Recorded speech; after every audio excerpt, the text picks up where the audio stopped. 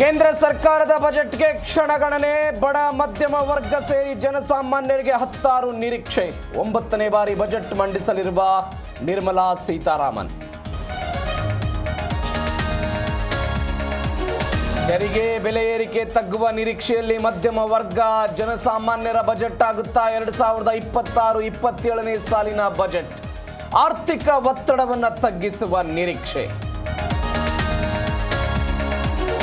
ಇಂದು ಕುಟುಂಬಕ್ಕೆ ಸಿಜೆ ರಾಯ್ ಮೃತದೇಹ ಹಸ್ತಾಂತರ. ಪಾರ್ಥಿವ ಶರೀರ ಅಂತಿಮ ದರ್ಶನಕ್ಕೆ ವ್ಯವಸ್ಥೆ. ಬನ್ನೇರುಘಟ್ಟದ ಕಾಸಾ ಗ್ರ್ಯಾಂಡ್ನಲ್ಲಿಂದು ಅಂತ್ಯಕ್ರಿಯೆ. ವಿಜಯನಗರದಲ್ಲಿ ತಂದೆ ತಾಯಿ ತಂಗಿ ಕೊಲೆ ಕೇಸ್ ಬೆಚ್ಚಿ ಬೀಳಿಸುತ್ತಿದೆ. ಮೃತದೇಹಗಳ ದೃಶ್ಯಗಳು. ಒಬ್ಬೊಬ್ಬರನ್ನೇ ಪ್ರತ್ಯೇಕವಾಗಿ ಕೊಲೆ ಮಾಡಿರೋ ಕಿರಾತಕ.